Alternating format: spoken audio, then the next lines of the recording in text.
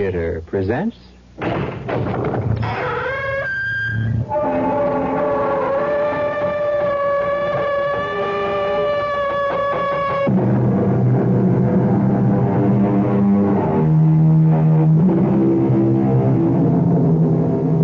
Come in. Welcome. I'm E.G. Marshall. Ferndale is an average small American town surrounded by nice middle-class American homes. It is located in a middle America state and is about as representative of the United States and what its citizens are all about as you can imagine. Nobody in an atmosphere like this has any contact with violence nor walks in any fear. Except, who knows what hides in the private jungle beyond any respectable door. Pow! Gotcha. Dead center. All right, Billy. Give me the guns. Oh, Mom, can't I take him to school? Sorry, partner. But I wanted to show Clancy Williams. Unlatch that belt, paleface, or I'll use it to make your other end red. Better get on your horse. Bye, Mom. I love you. I love you too, Billy boy. And I also could kill your Uncle Ralph for this stupid birthday present. Guns. What place do they have in our life? Or anyone's? Why does the back doorbell always ring when you're at the front? Coming! All right. What's so important? Yes?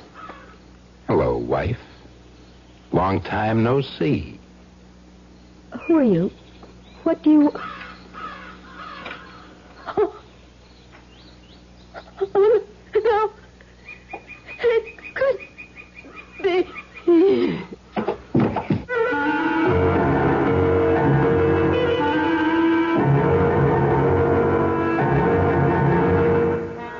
Our mystery drama, You Only Die Once, was written especially for the Mystery Theater by Ian Martin and stars Joan Loring and Joseph Julian.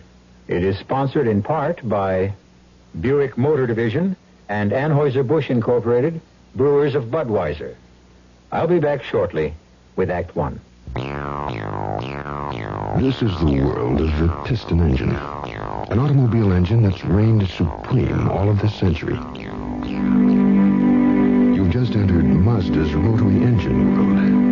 A world that has no pistons, valves, rods, no reciprocating motion whatsoever. It is therefore a world of uncanny quiet, serene smoothness, an uncomplicated world with far less to go wrong. It's a world where clean air requirements, good mileage, and incredible performance exist harmoniously. You have to drive this car to understand why Mazda's rotary engine may replace the piston engine. Time demands change. The past gives way to the future. The rotary engine Mazda. Test drive the Mazda and discover the astonishing difference in Mazda's rotary engine world. Experience the future today at R.D. Rhino Mazda in Fort Worth. Another winning season for Cullum & Bourne Sporting Goods. That makes 72 in a row. You can be a winner during the month of August at Cullum & Bourne's Anniversary Spectacular. Start your own streak in the Billiard League with a Brunswick Commander pool table. 7-foot table, originally $335, now $259. The 8-foot table, originally $349, is now only $279. During Cullum & Bourne's 72 in a row Anniversary Savings Streak in every department. At all 9 Dallas-Fort Worth locations. Exciting news from Shook. Take a 10-day test ride on the world-famous Michelin steel-belted radial tires. Feel the difference Michelin's make in the way your car handles and rides. Buy 4 Michelins during this special test ride offer and receive absolutely free a 9-digit electronic calculator or a pair of name-brand shock absorbers of original equipment quality with free installation. Hurry, quantities are limited, and this offer good through August 10th. Shook Tire and Rubber Company, your Michelin and undercar specialist. 2 convenient locations, Mockingbird at Irving Boulevard and Rawson Field. See you at Shook.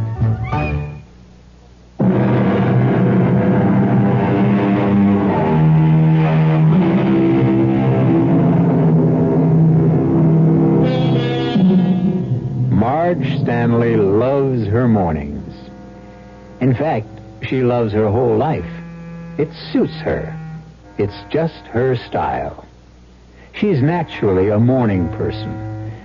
By 8 a.m., Billy is off for school, and her husband, Howard, off for the bank.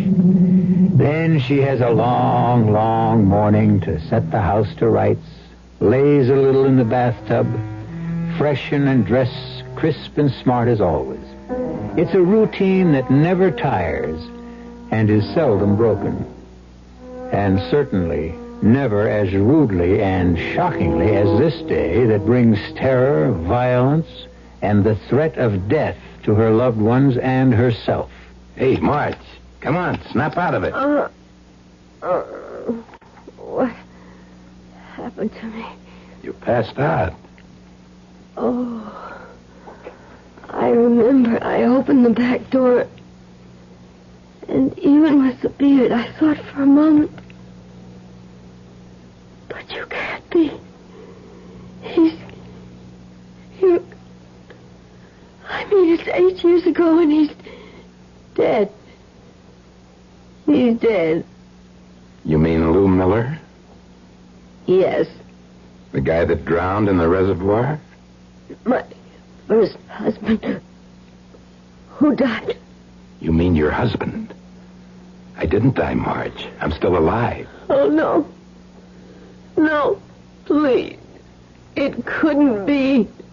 Please, God. Howard is my husband. Howard Stanley is my husband. Whoever you are, please go. You know who I am, Marge, just as well as I do. But you drowned. There was no body, Marge, remember? You didn't drown. You are Lou. That's right, baby. Oh. I've been fingerprinted enough places to nail that down for sure. Oh. So, no welcome home kiss for your loving husband? You're not. I have a husband. A meek little Joe who took off for his daily walk to the bank, huh? Mr. Howard Stanley, right? Yes. And a son, too. Cute-looking kid. How old is he? He's 7. Yeah? Big for his age, huh? And smart, too, I bet. He's very smart. Just like Howard. He must be. 7 years old and in the 4th grade. Never mind, Billy.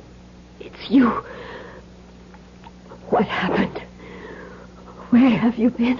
Now, that's, like they say, a long story. Tell you what. Why don't you fix me some eggs and bacon the way you used to? And some good hot steaming drip coffee, like the old days.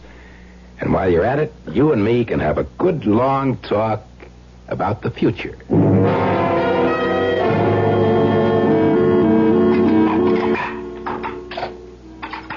What did you come back for, Lou?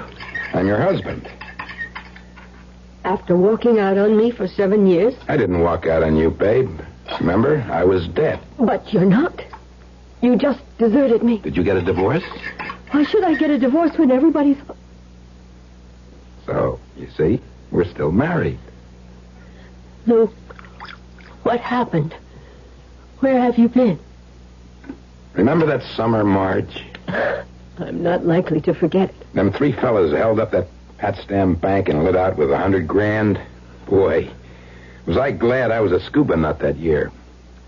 When they dragged the reservoir where they were sure the guys dumped the loot before they caught him, it couldn't turn up a thing. They did post the reward, 10,000 smackers. Biggest thing ever happened in our part of the country. How could I forget? Boy, I'm telling you, Sugar, I thought them water wrinkles would never wear out of my skin from diving after that bonanza. We were going to use the $10,000 for down payment on a house and a car. Are you kidding? I ever found that suitcase jammed in some crack? I wasn't going looking for no reward. That was all gone to me. You found it? No, I didn't find it. I worked down to the deep end. It was a good 150 feet there. What happened to me was I got swept into the spillway. The what? Where the water runs out of the reservoir.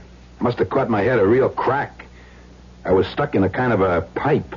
I got out of my tanks, and then I passed out. I must have lost my face mask then, too. Yeah, that's how come the insurance company and everybody else thought you must be drowned. What happened to you? Well, when I came to, I was lying in some reeds, half buried in the mud. There was blood all over my face. I didn't know where I was.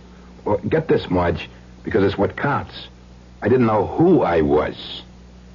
And I either got out of the flippers or I had lost them, and all I had on was a pair of swim trunks. What did you do? I busted in some house and I got some clothes. And I lit out, hiking.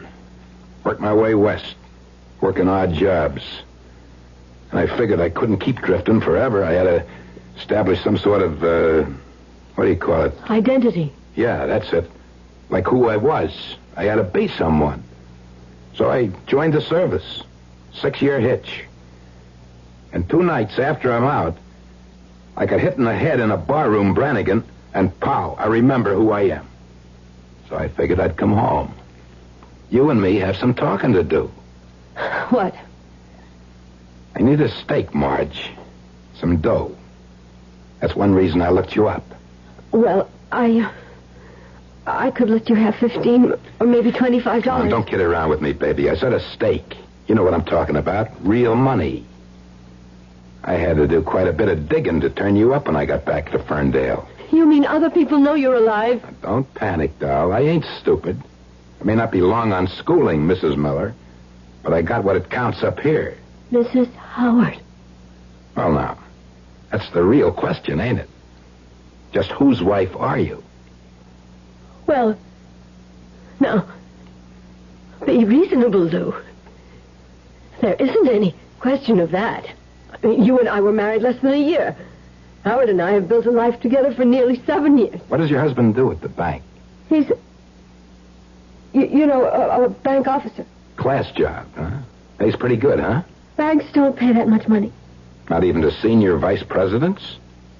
I told you I've been snooping around a couple of days, sweetheart, so don't try any tricky stuff. Now, let's get down to real business. Just what's it worth to you to keep this happy little home you got all in one piece? I don't think I have to tell you what it's worth. I have a savings account. I've been saving for years for a trip we wanted to take. If you'll get out of my life again, you can have it. How much? It's nearly $3,500. And where is it? At the bank. Your husband's bank? Yes. What would you do? Just go there and draw it out? Yes. Supposing your husband caught you doing it, how would you explain? I'll go on his lunch hour. He won't have to see me. And where will I be? You can wait here or come with me, whatever you want. And no cops. No mention of any of this. Do you think I want anyone to know you're still alive? That no matter how innocent it was, I've been living with another man as his wife when I wasn't really. You think I want Billy mixed up in this? It's a small town, Lou. And a lot of people are smaller, and this happens to be a terribly important time in my husband's life. Yeah, I gathered from the posters. Running for mayor, ain't he? I don't want to discuss Howard with you. I just want to do whatever I can from hurting that man I love. So I will go to the bank and get the money, or you can come with me. All right, let's knock off all the pretty talk and take a real look at where we stand. Now, you're not paying me off with any measly $3,500. How much do you want? Something in the neighborhood of 30,000 green ones. Oh, you must be crazy. We haven't got that kind of... I had an insurance, Marge, remember? 15,000, double indemnity. Oh. They ever pay off? Well, I... Oh, come on, then. Don't try to give me any hard time. Yes, they did. So, of course, you blew it all on a new house and goodies. But I'll lay you odds you got a sock full of other dough somewheres. You'll pay off. Why should we? Because you've been living with a man you're not legally married to. I'd get a lawyer's opinion, first of all. And I would be willing to bet right now that no court would hold me or Howard responsible for an honest mistake. You'd have to give back all that pretty insurance money. You can't collect on a corpse that ain't. That could be arranged. Ah, so you do have it socked away. Whether or not we do is none of your business. There's another little thought you might have in mind. How many votes do you think it's going to cost your husband for mayor when I make this public? You're just as much of a louse as I discovered right after I was stupid enough to marry you. Howard will take his chances. I think I can speak for him. Can you speak for him on everything? What are you getting at now? The one other person concerned in all this. Billy. You leave Billy out of this. How can we? He has nothing to do with you. It was a good try, Marge. But what kind of a lunkhead do you think I am? First moment I found out there was a kid involved. Yesterday. I went and looked up that birth certificate. Oh. Billy ain't no 7 years old. He's 8. Oh. And as stupid as I am, I can count. That makes him my kid. He doesn't know that, Lou. He thinks Howard is his own father. Okay, baby, we could leave it that way. Just so you come through with the 30 grand. That's the only way you're going to get rid of me now. Until then, you got a monkey on your back.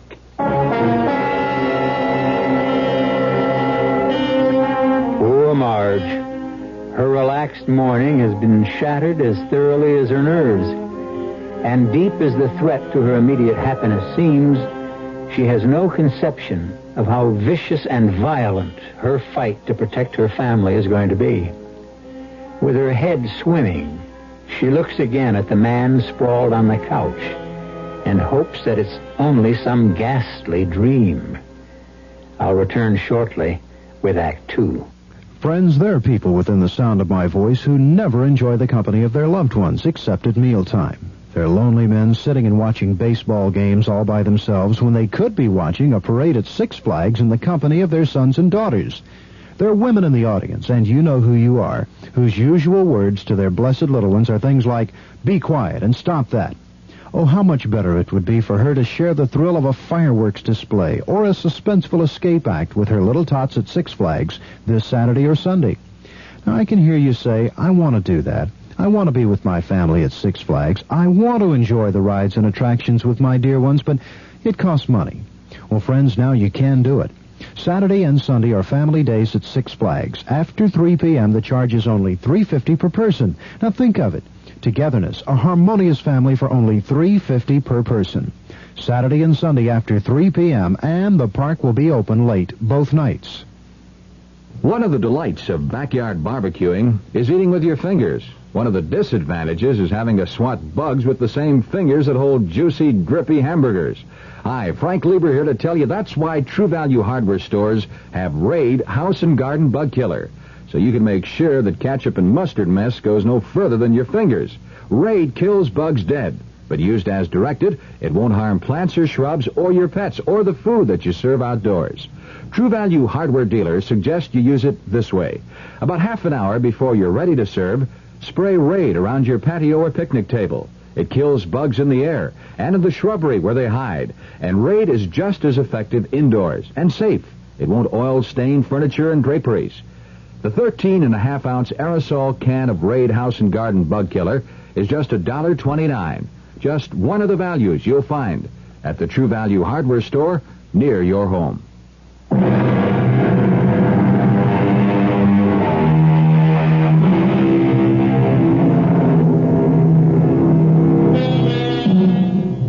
The shock of meeting a husband you have believed dead for over 8 years is enough to numb and scramble anyone's mind. At least Marge found it so. She couldn't believe that Lou was any real danger to breaking up her present family legally, nor that the publicity would mean anything in Howard's campaign. But 2 things did terrify her.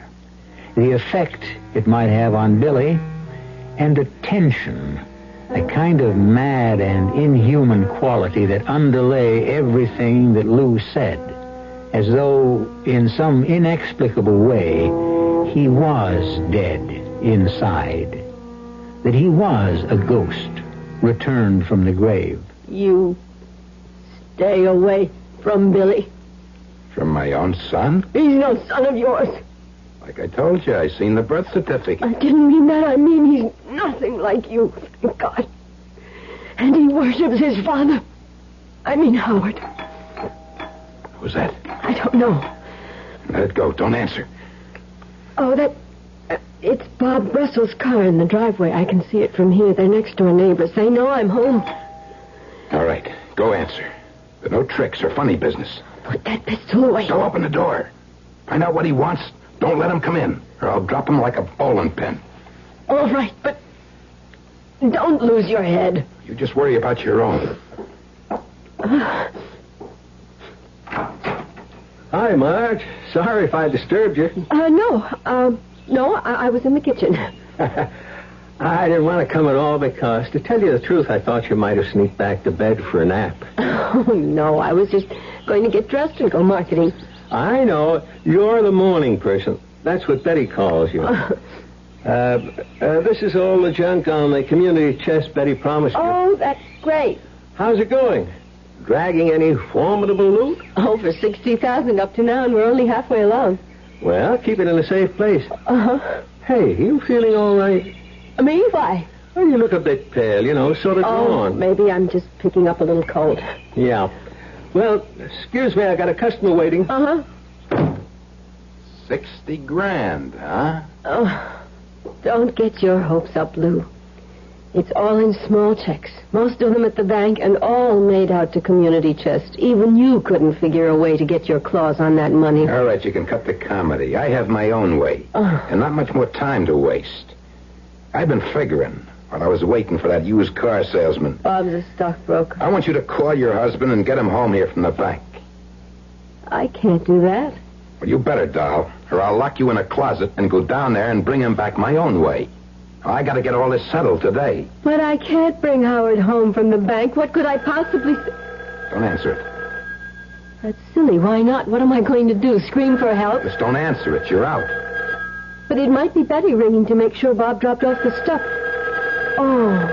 Oh, that's right. Howard was going to call about us having lunch together. Sam.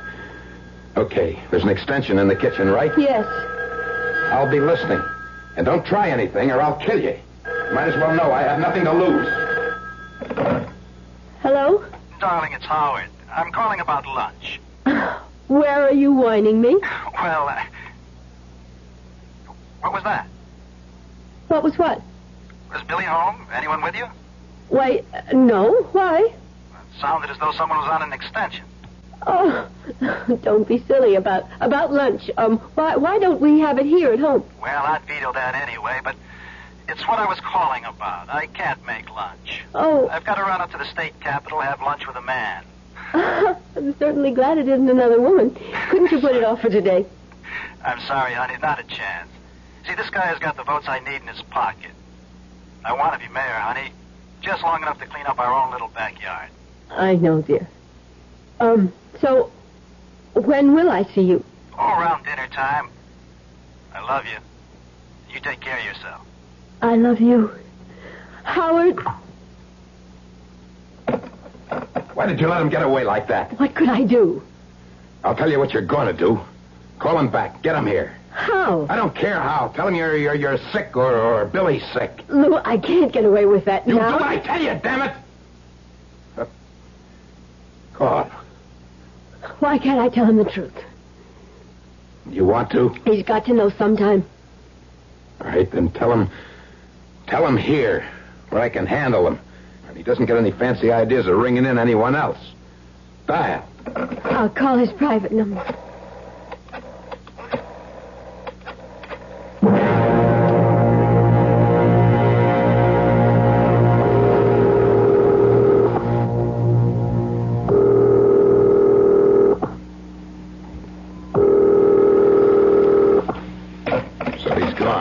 You heard for yourself on the extension. Yeah. Well, maybe just as well. Now, look.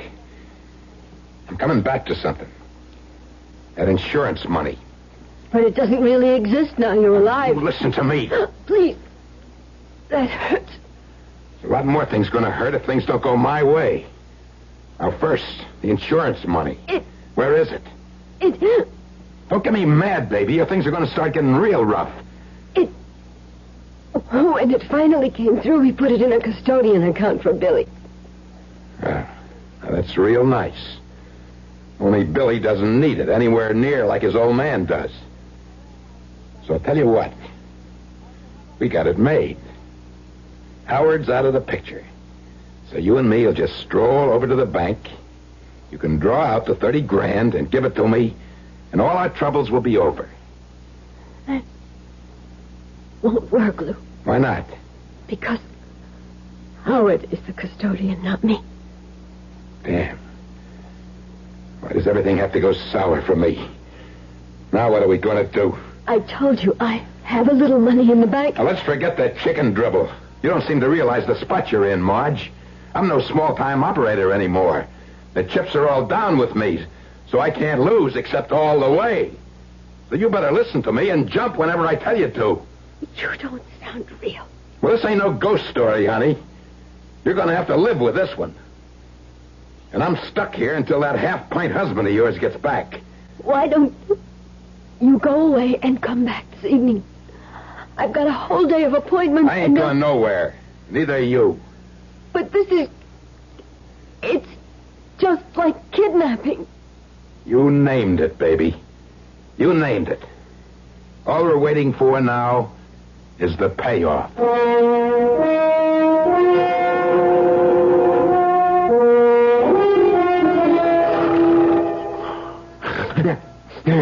Hey, hold it, Marge. Where do you think you're going? I was just going to the front door. It's about time for Billy to be coming home from school. You just stay away from doors. I'll tie you up. I've been on the go so long I've forgotten what sleep is. Tie me up? Yeah. I don't want to take no chances you get some crazy idea taken off. We're calling the police. With Billy coming home, I wouldn't dare. To leave him alone with me, huh? Yes. And why would I call the police? You do have some right to be here. Look, I'm desperate, Marge. I'm not kidding you anymore. All that guff about getting amnesia and stuck in the spillway, forget it. I was just trying to keep things nice and simple at first. You found that money in the reservoir all those years ago. That's right. I was going to take off from you anyway. You and me were a mistake from the beginning. Oh, that's true enough. You just wanted kids in a home. I wanted the big time. For a while, I had it. I left my air tank and my face mask bobbing in the middle of the lake, and I swam ashore. I took off for Vegas. Had a run of bad luck, so I blew the $100,000. I had to get even with the tables, so I used a little muscle here and there with the private citizens to keep myself in bread. You mocked people? Don't look so holier than thou. I got my comeuppance, if you want to know. 6 of the years since I left you, I spent in security prisons. I won't tell you what for. I'll tell you one thing. The next thing they get me for, if there is to be one, that's it. I'm in for good. So don't make any mistakes about how desperate I am. So get away from that door now. Make me some coffee. And where's the job? It's on the way to the kitchen.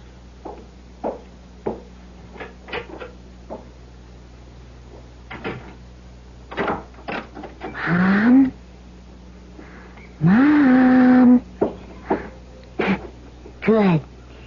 She's in the kitchen. Just get my guns and strap them on. Better hide unless that's the law. I could use something to eat with a coffee. All right, Lou.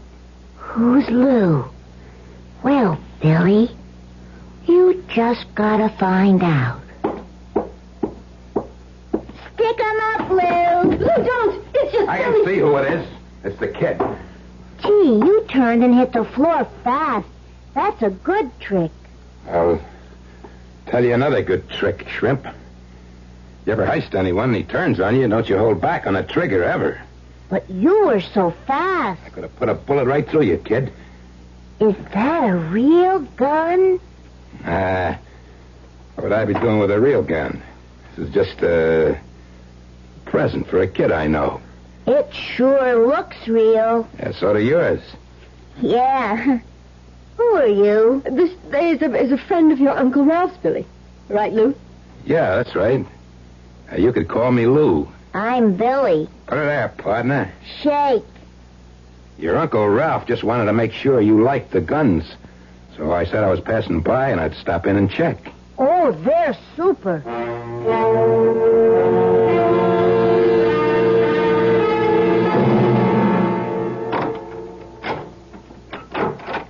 Hi, darling. I was just trying to find the darn key. Who are you? Unexpected visitor. A friend of the family. Marge's side. She asked me to get the door. She's feeding Billy. Come on in. Oh, sure. Sorry, it's just it was such a surprise. Have we ever met? No. Oh, don't let the get-up put you off. I just came off a camping trip. Oh. Well, you seem to know who I am. You want to tell me who you are? Sure. Lou Miller. Lou Miller? But you're dead. That would make it simple, huh? No matter how scary a ghost is, there are ways of making them disappear. Now, me, Howard, I'm the real McCoy.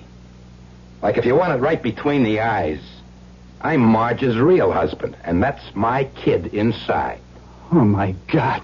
Maybe it won't take too much praying to turn me back into a ghost. That's what you and me are going to talk over, Howard. You're the only one with the keys to turn time back again, just the way it was.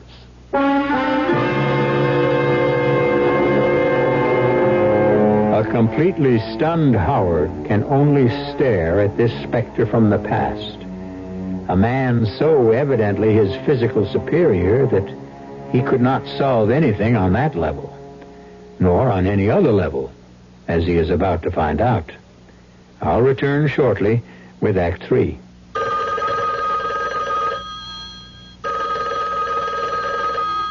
Hello? Hi, honey. How would you like to go out to dinner tonight? I'd love it. Where? Honey, you can have your choice of over 40 of the finest restaurants in the Metroplex. Jack, you joined the Carriage Trade Dinner Club. How did you know? With the Carriage Trade Dinner Club, you get over 40 delicious dinners free in the finest restaurants Honey, like how Coach did... and Horses Tavern, The Buttery, Caruso Spaghetti and Wine, Vic's Gallery, Kirby's, The Catfish Hut, Honey, and many how more. did you know... And there are absolutely no restrictions. You can order any dinners on the menu. Then when the waiter brings your check, you simply present your Carriage Trade Dinner Club card, and you're charged for just one dinner. The second is free. Jeanette, how do you know all about the Carriage Trade Dinner Club? They're running great big ads in the Morning News, Times Herald, and Star Telegram telling all about it, dear. Like the one you slipped into my briefcase? I wanted my husband to have the very best. The Carriage Trade Dinner Club, the most respected dinner club in the world.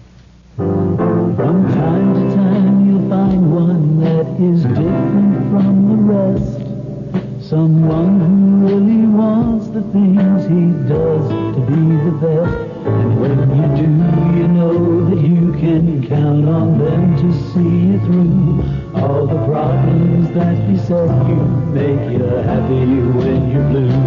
Get on board with friendly Chevrolet. Come get ahead with friendly today. I've made so many wrong decisions when it comes to buying cars. Friendly, I wasn't wrong about you. Friendly, I wasn't wrong about you. Friendly Chevrolet. Friendly, I wasn't wrong about you. Friendly Chevrolet.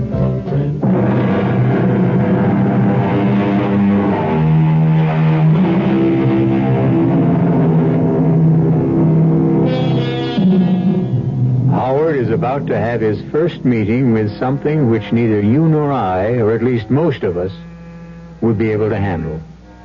Total immorality. And it takes not much longer than a few minutes both to tell Howard the story of Lou, and very little longer to realize that he is dealing with a man who has nothing left to lose. Not even his conscience. What you suggest to Marge is impossible. Why? Because everything, bank books, money, drafts, checks, anything valuable is locked up in the vaults by now. So? You're executive vice president, aren't you? Yes. You got the keys, haven't you? Yes. Once the time lock disengages, which will be, let's see, it's 6 o'clock now, exactly 8 a.m. tomorrow morning. You mean you can't get in there tonight? You'd need an atom bomb to blow that vault door open. The first thing tomorrow morning, you could get those bank books and cash in the dough. Well, I could, but I can't. Why not? Because, first of all, the money for the insurance was left in trust to Billy. It could only be spent on him, but that no longer holds either. The money isn't Billy's or anyone's but the insurance company's now. How come? It was paid in good faith because you were presumed to be dead. And you are quite manifestly alive. Now, look, don't give me none of that lawyer double talk. Who knows I'm alive, except you and me and Marge? Look, suppose I did go along with you. As soon as you'd leave, what's to stop me from going to the police and telling them what's happened? For this chicken feed, nothing much. Wouldn't be worth coming back to put a bullet hole through your head, or Marge's, or the kids. Your own son? Who wants him? I never did. One big reason I lit out. You're welcome to him. Daddy, Daddy, Daddy. Why didn't you come in and see me as soon as you got home? Well, I knew you were eating dinner. We have a visitor. He heard his father's voice, and there was no holding him. Want to see some of the tricks Uncle Lou's been showing me with my gun? Uncle? Lou's a friend of Ralph's, Howard, and just sort of got made an honorary uncle. It's all right, Marge. I know who Lou is. Oh, the twirly parts I'm not so good at yet because my hands are kind of small, and I haven't had enough practice, Lou says. But I'll show you one thing he taught me. Turn around, Lou. Billy, I really think... It's okay, Marge. Let the kid have his fun. Okay, I'm turning my back. I don't know you're there. Stick 'em up. Ah, you got me. Dead center. See, Daddy? See? If you're going to heist a guy and he starts to turn on you, hit the trigger right away. That's what Uncle Lou taught you? If you don't want to find yourself dead. But supposing the other man doesn't have a pistol? Who takes chances? Besides, Billy knows I have one. Still there, you see? That's not a real pistol either. Oh, of course it isn't. Who'd have a real pistol in this house? Can we play some more now? Nope, Billy. That's enough. Time for bed. Let's go. But I don't want to go to bed. I want to play some more. It's time, son. Oh, well, okay. You'll come up and say goodnight too, Uncle Lou. Sure. If you take off right now with your mother. Okay, chum. Up the wooden hill. You always say that. It's a staircase. It's what my mother always used to say to me. You're a cute kid. You wouldn't think it, but I really go for kids. And them for me. Him and me can have a real ball this weekend. You're not welcome in this house. What's the matter, Howard, boy? You afraid I'm going to let Billy know you ain't his real father? For his sake. It would be better for your son not to have his whole life shaken up. Well, I got news for you. If you and Marge don't play things my way, this whole family's going to get shook right out of sight. Now go pour me a shot till we get the kid out of this, and I can lay out for you and Marge just how we're going to play this thing. You can't ask me to rob my own bank. I ain't asking, I'm telling you. On Monday morning, once that time lock's off, you pack a suitcase with $250,000. And don't go writing down serial numbers. And keep the bills as small as you can. But what's the point? You can't get away with it. I'll be sitting here with Marge and Billy, and little Bertha here. Anything goes wrong with the outline I already gave you, anything, you're suddenly out a wife and a kid, right? But no matter how much time we try to set up for you, your getaway, the police will be right on your trail. How, Howie boy, how? I'm dead, remember? I don't even exist. Who'd be looking for me? When we tell our story. Don't you see it all, Howard? Do you think any of us is going to be alive after... Who the devil is that? What kind of a double cross is this? That's the sheriff. Now, look, don't lose your head. He's an old friend. He could have stopped by for a dozen reasons. Well, one of them better not be me. Now, listen, both of you. I'm going upstairs with Billy. You leave all the doors open. If anything goes wrong, let me tell you both, this is a real gun. And the first shot I fire goes right through the kid's head. Your own son? What kind of a man are you? The kind neither of you patsies would like to find out about. Open up and get rid of him. Hey, Jim. The lights are all on. I knew someone had to be home. Yeah, well, we were just sitting down to dinner. Well, this won't take long, but I'd like to step inside. Sure. Hi, Marge. Hello, Jim. Everything okay? Of course. Why not? Well, I don't know. You just don't look yourself. You're always so full up of the old get up and go. Oh, that I think I got a touch of the flu. Oh, sorry. It's going around these days. I got 2 deputies out with it. Or else they got a couple of girlfriends my phone tabs haven't turned up. Maybe there's a gap in the tape. Jim, Marge sort of had dinner on the table practically, so, Oh, sure. But what I have to say can be said quickly. Maybe shouldn't be said at all, but you're two old friends of mine not to. That's a flyer just came in this morning to the sheriff's office. Here. You two have a gander at it.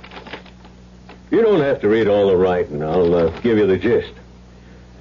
That there's a picture of John Clemens, wanted for armed robbery and the killing of a policeman in California.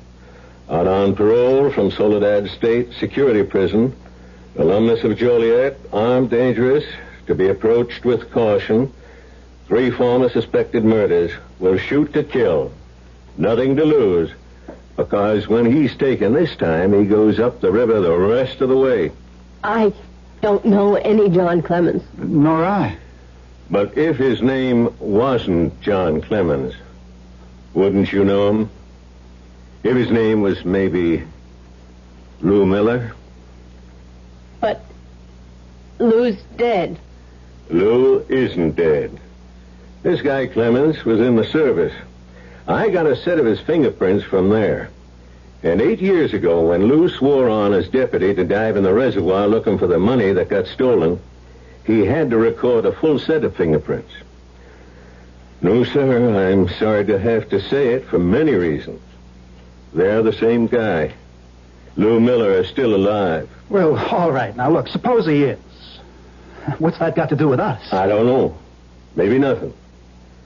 But there is Billy, and this guy is on the run and desperate. Just in case, I'm going to give you some protection. Can I use the phone? Well, what for? Well, you might turn up here. I'm going to cover you for a while with a 24-hour guard. Okay, everyone, freeze. Don't anybody make even one little move. So you beat me to it, Lou. You always move too slow, Jim. Marge, Howard, get back in that corner. Lou, don't lose your head. That's just what I'm planning to keep. Come on, move. That's better. Okay, Jim. Just face me like you are, and very slow and easy slip the buckle and drop your gun belt. That's it. Right on the floor. That's right. Now, you got any rope, heavy cord, wire, adhesive tape in the house? Come on. You know I ain't got nothing to lose by now. Want me to shoot you instead of tying you up? I just bought some new rope for... What difference does it make? It's in the kitchen closet. Okay, everyone, now just... Let's move out to the kitchen. Careful. Real careful. That's it. Keep moving. Don't try anything. Into the kitchen, that's it. Now, I'm just staying here in the door. Marge, you sit at the table. You too, Sheriff. Howard, fetch the rope. Stick 'em up. See, I did it right again, Uncle Lou. Billy, where did you get that gun? Well, you took mine away, and then you were all playing games, and everybody else was having fun, so I came downstairs, and I found this heavy old gun by the living room door. Gosh, it makes a loud bang, doesn't it, Uncle Jim? Well, it sure does, Billy. Marge, why don't you take Billy back to bed? But I want to say goodnight to Uncle Lou. Billy, son, don't spoil the game. Uncle Lou's just playing possum to make you look real good. Now, don't spoil his game, huh?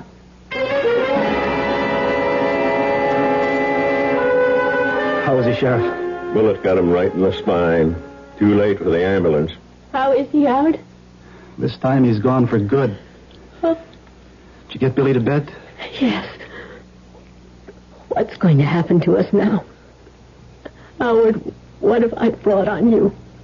We'll weather it, Marge. But the whole story will come out now. And I'm not thinking about us. But what it'll do to Billy. What a thing to grow up with. Just a minute, you two. Isn't there a quote somewheres about God moving in a mysterious way his wonders to perform? Well, that's almost the exact quote, but... Main thing, it seems to me, in all this is to keep Billy from being all broke up over what was an accident. Jim, when this story breaks in the papers, how can it be kept from Billy? The question is first, can it be kept out? How? Of course, it's got to be a story. A man is dead. But a story about what man? I don't understand you. You're returning that insurance money to the company, of course, Howard. Well, naturally. So now let's take a good, hard look at the rest of it. Now, I intend to have a long talk with Judge Markham. Now, I can't answer for him, of course, but I've known him all our lives. Now, if I was in his place, here's the way I see it. This man's legal name is John Clemens. He's been using that name for over 8 years. He's a known killer. There's a statewide alarm out for him. So now, here's me, the sheriff, an old friend of yours, visiting for the evening, when this John Clemens tries to pull off a heist. 2 shots are fired, one from my gun, one from his. The one from my gun kills this John Clemens. So, where does Lou Miller figure in this? A man already dead 8 years? You mean Billy, the whole time, doesn't have to know exactly what he's done? It was an accident, Marge. The child has no idea what he's doing. Who'd want to place this burden on his shoulders? Like I say, it's not my decision, thank God. But I'd hoped Judge Markham would feel about it that you only get a chance to live once. Seems fair enough to me. The best you ought to have is, like him, one chance to die. What would you do? What would I do? Faced with a decision like this. Open up an old, closed Pandora's box and saddle an 8-year-old child with a swarm of circumstances he's not equipped to handle and mark him for life? Or leave the alternative truth that a man who chose another life and another name and who long deserved to die finally met his comeuppance, killed by a bullet fired in self-defense. Perhaps the sheriff said it best. God moves in mysterious ways. I'll be back shortly. On the corner, Church's Kitchen's making golden fried chicken. Right before your eyes, always crisp, deep fried. The way chicken should be fried. Golden crisp flavor, fresh in every bite. Drop by Church's Fried Chicken Kitchens. The golden taste of Church's comes ringing through. There's a party in every box of crispy Church's Fried Chicken. And the bigger the box, the bigger the party. Whether you're celebrating the fall of the Roman Empire, the 48th anniversary of the Little Orphan Annie Fan Club, or whether you're celebrating 5 o'clock today, a box of crispy, crunchy Church's Fried Chicken will make it happier with a double crunch in every bite. Take home a party. Take home Church's, the crispy lover's chicken. Drop by Church's Fried Chicken Kitchen. The golden taste of Church's comes ringing through. The golden taste of Church's comes ringing through. If you wear or buy eyeglasses, you couldn't live in a better place than Dallas. Optics is right here, one of the nation's largest suppliers of glasses and contact lenses. Opticians and optometrists all over the country send them work. And now, Optics have a special plant sales room open to the public. That means anybody in the Dallas area can now enjoy Texas-size savings on all glasses and contacts. The widest choice of quality frames, a complete choice of lenses, clear, tinted, bifocals, contacts, and the new half-weights, lenses that are half the weight of glass. Complete one-day service for most glasses, too. Full satisfaction guaranteed. Optics Vision Center, the special direct sales outlet right at Optics Plant, 2534 Royal Lane between Stemmons and Harry Hines. Open to the public Monday through Friday, 8:30 to 5:30. Saturday till 12. Come in and see for yourself. Put on a happy face at your vision center.